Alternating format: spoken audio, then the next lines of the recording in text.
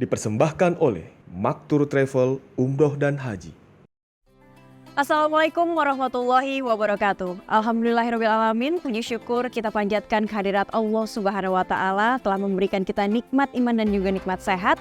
Kita bisa berjumpa kembali dan saya Cakri Miller bisa kembali menyapa Anda pemirsa NTV. Dan kembali di program Syiar Sahur. Hari ini kita akan membahas topik yang menarik dan tengah menjadi perhatian juga di kalangan umat muslim. Kita akan membahas soal keutamaan ibadah umroh. Bersama narasumber kita sudah hadir bersama saya ada Ustadz Burhan Ali. Assalamualaikum Ustadz. Waalaikumsalam warahmatullahi wabarakatuh. Apa kabarnya Ustadz? Alhamdulillah sehat luar biasa. Sudah menyantap sahur? Alhamdulillah. Alhamdulillah, saya juga semoga ibadah puasa kita pagi hari nanti bisa lancar. Baik, kita ingin membahas keutamaan ibadah umroh. Seperti kita tahu sekarang kita bisa bilang umroh menjadi semacam tren juga jadinya begitu ya. Healing spiritual, healingnya nggak ke tempat rekreasi ke negara-negara yang lain, tapi kita melakukan ibadah umroh begitu, napak tilas. Tapi kalau kita berbicara soal umroh, sebenarnya keutamaan yang harus kita pahami, memahami soal makna umroh sendiri itu sebagai umat muslim apa sih Ustaz? Bismillahirrahmanirrahim. Alhamdulillah wassalatu wassalamu ala rasulillah wa ala alihi wa sahbihi wa mawala la hawla wa la quwata illa billah amma ba'd. Berkenaan dengan ibadah umroh, ini merupakan ibadah yang spesial.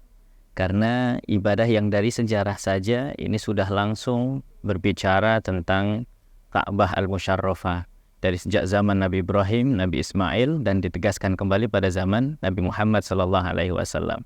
Jadi peristiwa-peristiwa ini menjadikan ibadah umroh menjadi nilai ibadah yang tersendiri dari sisi sejarah.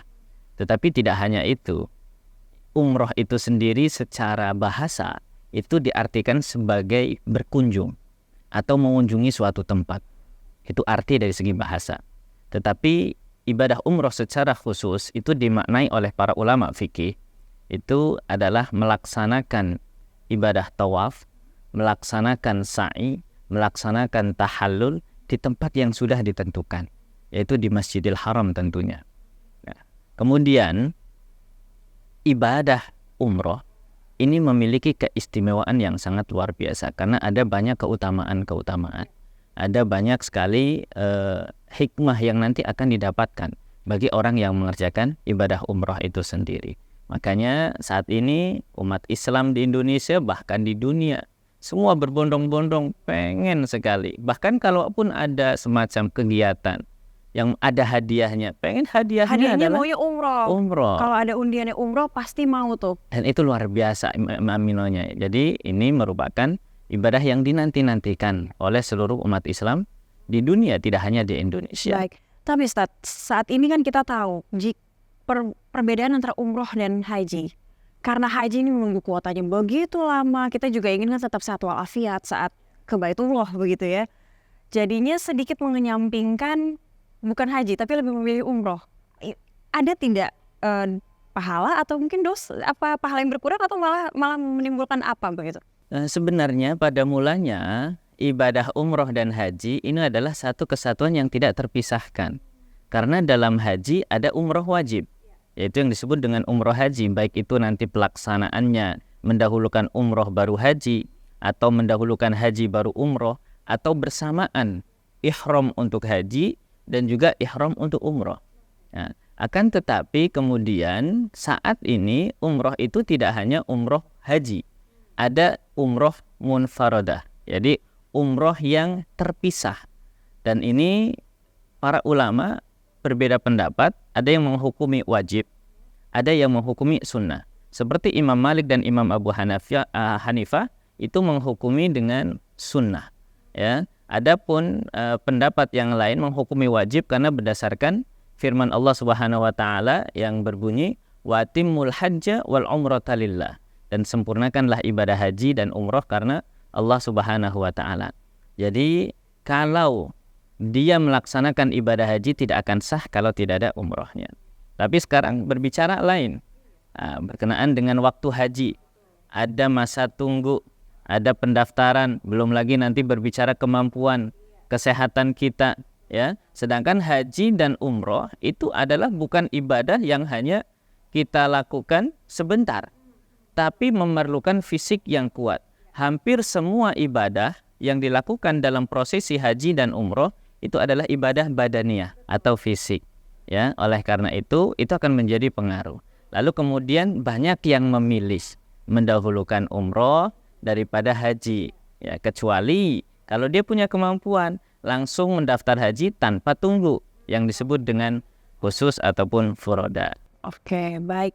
Jadi sebenarnya tetap ada unsur umroh di dalam haji yang memang harus dipenuhi. Baik, kita akan berbicara seperti apa hukum dari pelaksanaan umroh sendiri, dan sekarang juga kita sudah mulai lihat banyak tren juga nih ibadah umroh membawa anak-anak, balita bahkan. Akan seperti apa? Begitu kita akan bahas di segmen berikutnya. Pemirsa, tetaplah bersama kami. Syiar Sahur akan segera kembali usai jeda. Pada dasarnya kembali, hukum umroh adalah sunnah. Dan syarat sahnya adalah untuk bagi mereka Islam dan baligh berakal.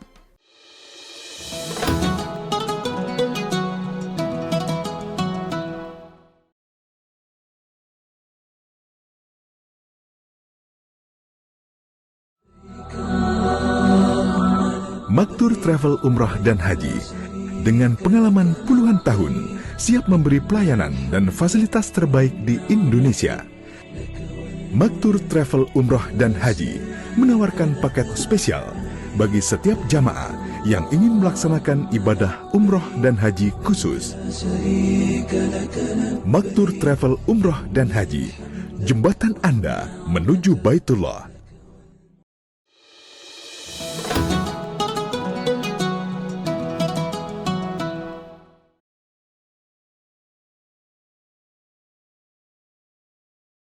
Terima kasih Anda masih bersama kami pemirsa NTV di program Syiar Sahur dan masih membahas tentang keutamaan ibadah umroh. Nah, bagi Anda nih yang sedang merencanakan umroh atau terkadang menuju bulan suci Ramadan nih, biasanya banyak yang ingin melakukan umroh atau lebarannya justru saat umroh nih. Begitu, kita akan membahasnya lagi dengan Ustadz Burhan Ali. Ustadz tadi sudah sempat menyinggung soal hukum dari umroh sendiri. Tapi bagaimana jika seseorang sudah menyiapkan untuk melakukan haji tapi mendahulukan umroh dulu, tapi di tengah-tengah setelah dia melaksanakan umroh ternyata umur tidak panjang atau mungkin tidak ada kecukupan materi lagi begitu. Apa ini apa hukumnya jika akhirnya hanya mampu hingga sampai umroh saja, Ustadz? Pada dasarnya hukum asal umroh adalah sunnah. Mengerjakan ibadah umroh adalah sunnah, dan mengerjakan ibadah haji adalah wajib dengan ketentuan bagi yang mampu. Ya, sedangkan bagi orang yang tidak mampu, maka gugur kewajibannya. Tapi kalau kemudian ada ikhtiar untuk menyempurnakan rukun hajinya terlebih dahulu baru umroh, itu sah-sah saja. Tetapi ingat, tidak ada kewajiban untuk mencari harta demi melaksanakan ibadah haji. Tidak ada kewajiban. Tetapi kalau kita sudah diberikan kemampuan, kelebihan harta, disitulah baru berlaku wajib haji. Nah, sekarang kita secara materi ada kecukupan, tetapi secara waktu belum ada. Maka apakah boleh kita mendahulukan umroh? Maka dalam hal ini melihat kondisi orang tersebut, personalnya, maka boleh saja melakukan umroh. Adapun nanti kalau takdir undangan Allah datang, maka insya Allah akan dimudahkan. Jika memang undangannya belum datang, baru menyempurnakan ibadah umroh saja, belum berhaji, itu pun tidak masalah. Artinya adalah, mau dia melaksanakan ibadah umroh ataupun haji, mana yang lebih memungkinkan.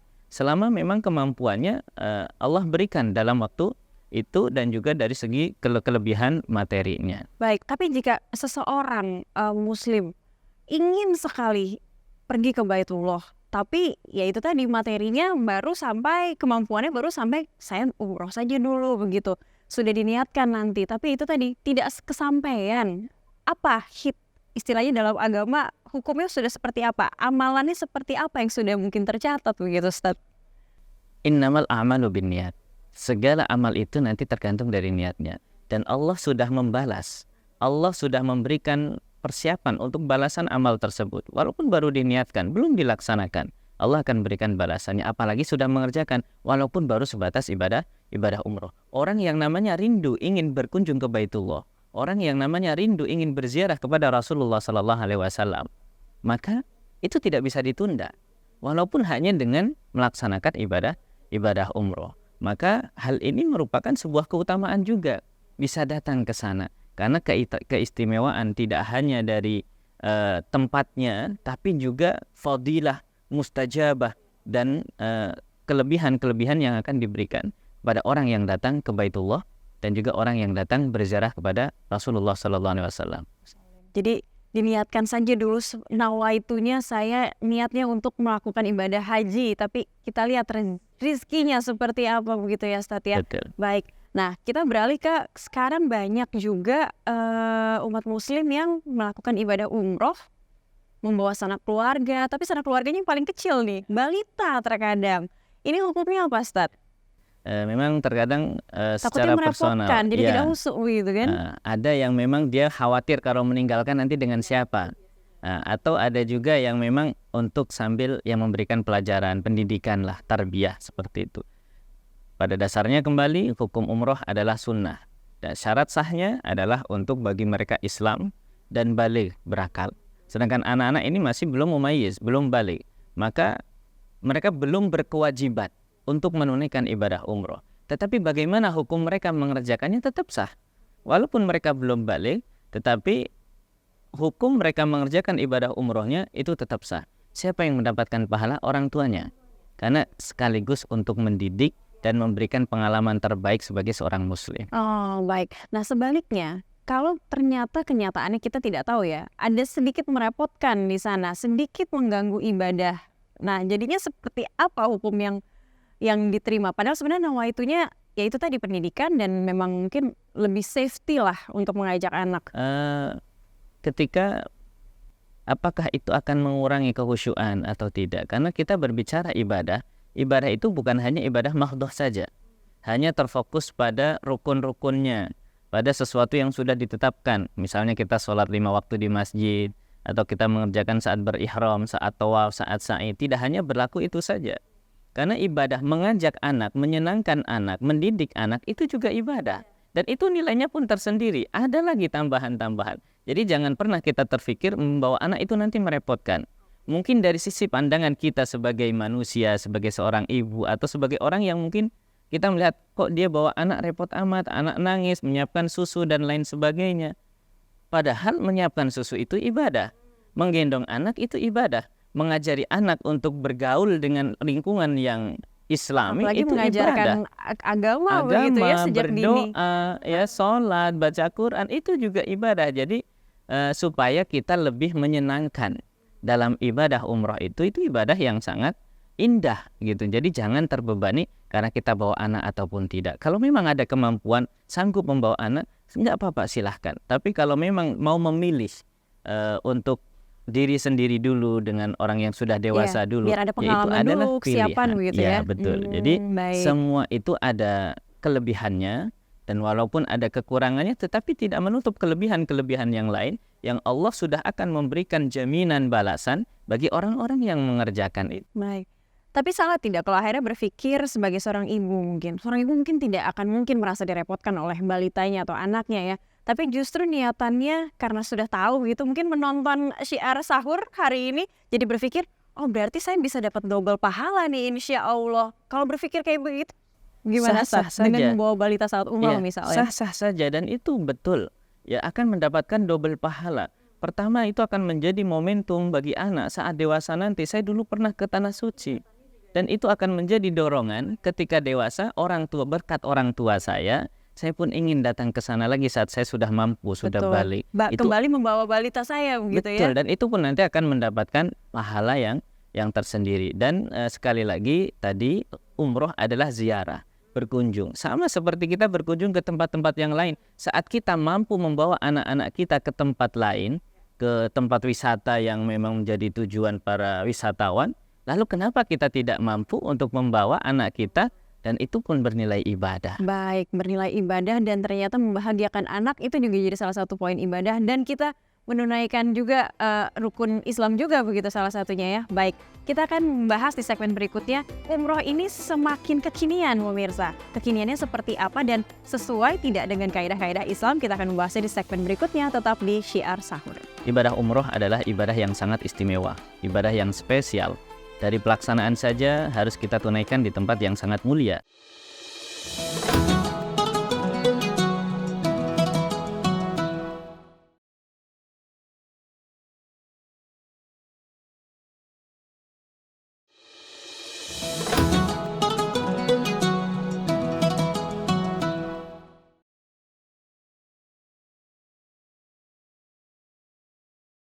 Terima kasih Anda masih bersama kami di Syiar Sahur pemirsa, masih bersama Ustadz Burhan Ali dan kembali membahas keutamaan dari ibadah umroh. Soal umroh kekinian Ustadz, semuanya kena embel-embel kekinian, sampai ke ibadah juga kekinian. Ustadz terakhir baru pulang dari Tanah Suci Mekah mungkin kapan? Hari Sabtu lalu. Baru hari Sabtu lalu, masih segar-segarnya. Berarti saya yang mesti diupdate sama Ustadz. Kekinian macam apa sebenarnya yang sudah terjadi dari proses ibadah umroh kita? Dan kalau kita kaitkan dengan hukum Islam, kekinian ini baikkah? Lebih banyak kemaslahatannya atau mungkin jangan-jangan ada mudaratnya mungkin? Kalau berbicara tentang kekinian, kita sebagai umat manusia itu tidak pernah terlepas dari perkembangan teknologi, inovasi, dan juga transportasi tentunya. Sehingga ini pun berpengaruh pada beberapa ibadah-ibadah yang kita lakukan. Ya, di antaranya adalah ibadah haji dan umroh itu sendiri. Itu pun terpengaruh dari modernitas. Ya. Oleh karena itu, dalam proses pelaksanaannya pun sedikit banyak itu kita menggunakan fasilitas kekinian tersebut. Ya. Seperti di antaranya dari transportasi. Sekarang lebih mudah naik pesawat, dibanding dulu naik kakek kapal nenek laut ya. moyang kita. Ya, Betul seperti sekali. itu. Dan juga yang terbaru adalah penggunaan kereta cepat. Ya, railway speed dari Mekah ke Madinah. Itu pun nanti berpengaruh tempat kita menjatuhkan niatnya. Nah, itu ada fatwa yang terbarukan. Lalu juga kemudian penggunaan skuter bagi yang manula. Ya, penggunaan skuter ya. Jadi saat tawaf ataupun atau sa'i bisa pakai skuter. Betul. Kalau biasanya menggunakan kursi roda, sekarang menggunakan skuter, kita bisa jalan sendiri. Dan apakah itu hanya untuk manula saja atau yang sakit saja, atau juga termasuk kita yang sehat? Betul. Karena pada hakikatnya itu bagian dari fasilitas. Jangan-jangan ada GPS-nya juga, jadi anti nyasar. Ya, jadi itu alhamdulillah. Jadi dengan adanya kemudahan itu menjadikan proses ibadah umroh, baik tawaf, sa'inya terutama itu pun mendapatkan kemudahan. Dan juga kemudahan kekinian yang dikembangkan oleh pemerintah Arab Saudi seperti penggunaan aplikasi-aplikasi. Dari Indonesia kita sudah disiapkan ada aplikasi pusaka oleh Kementerian Agama. Bahkan di Maktur sendiri itu ada aplikasi My Baitullah. Ya, yang itu nanti akan memberikan kemudahan-kemudahan bagi jamaahnya, termasuk waktu sholat, kemudian arah kiblat, kemudian juga kegiatan-kegiatan, termasuk penggunaan pengeras ya, earphone dan lain sebagainya. Lalu juga penggunaan aplikasi nusuk untuk izin masuk ke Raudhah. Itu nanti tinggal tap-tap. Itu sekarang sudah pakai QR. Aplikasi se-online itu gitu ya? Betul.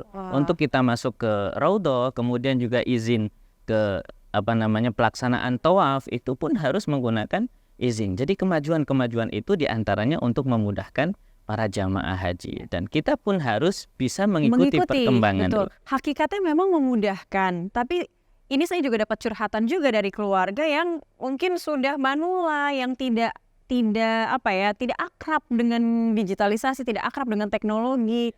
Nah, ini menjadi kesulitan tersendiri atau jadinya seperti apa kalau dari pandangan Ustadz sendiri terkait hal ini? Memang itu adalah tantangan, tetapi bagi kami itu adalah sebuah keuntungan. Sehingga kita sebagai petugas itu benar-benar melayani jamaah yang memang berkebutuhan.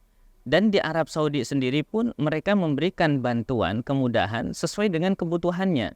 Bagi yang manula, bagi yang menggunakan kursi roda itu jalur-jalurnya sudah dipisahkan.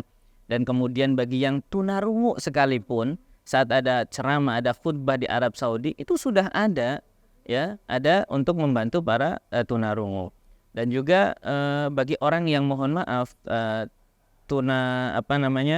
tunawicara, tunadasa itu pun mereka sudah memberikan kemudahan. Jadi semua fasilitas itu diberikan. Cuma kembali lagi kepada hukum asalnya adalah manistata'a ilaihi sabila.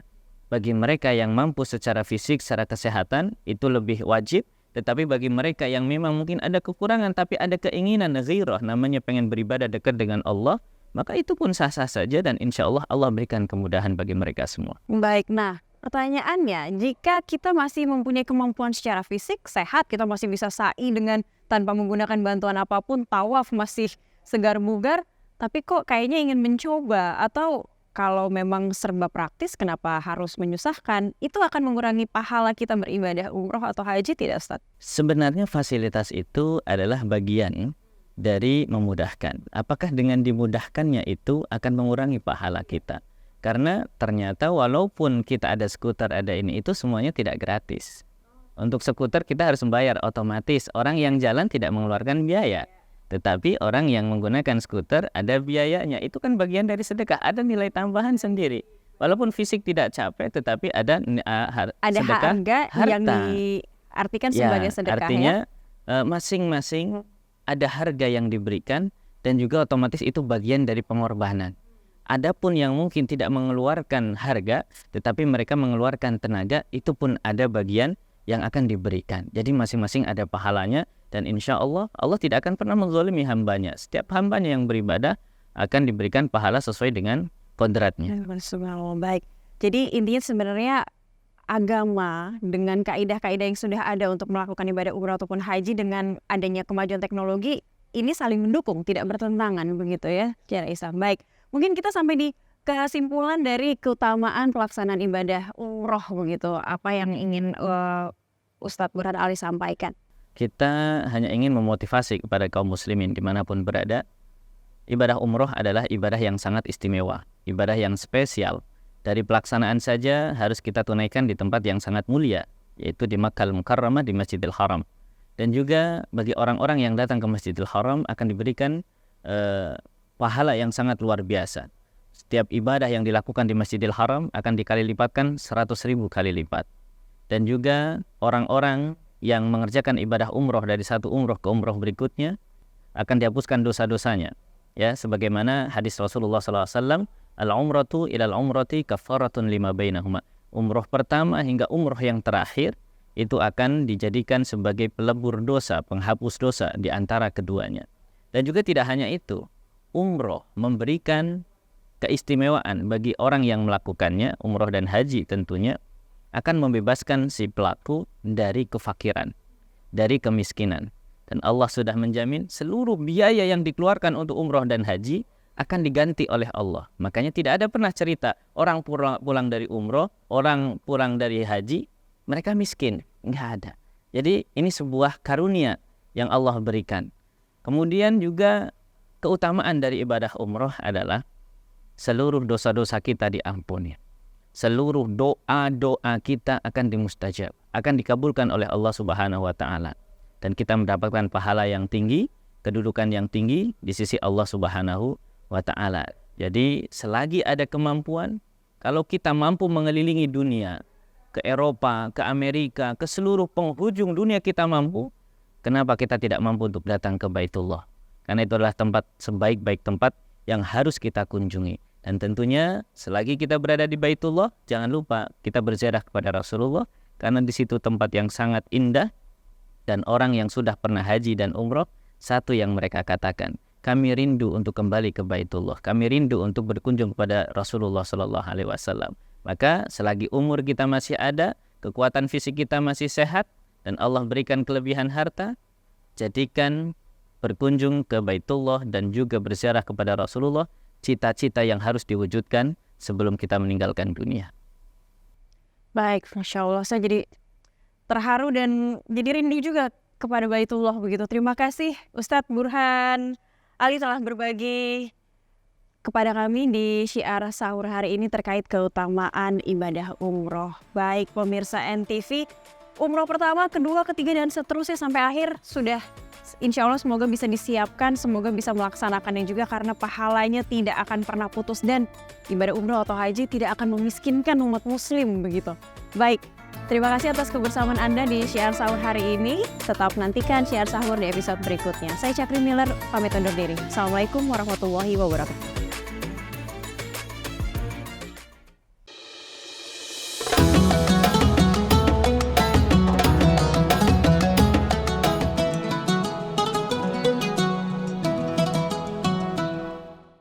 Dipersembahkan oleh Maktur Travel Umroh dan Haji. NTV Sahabat Kita.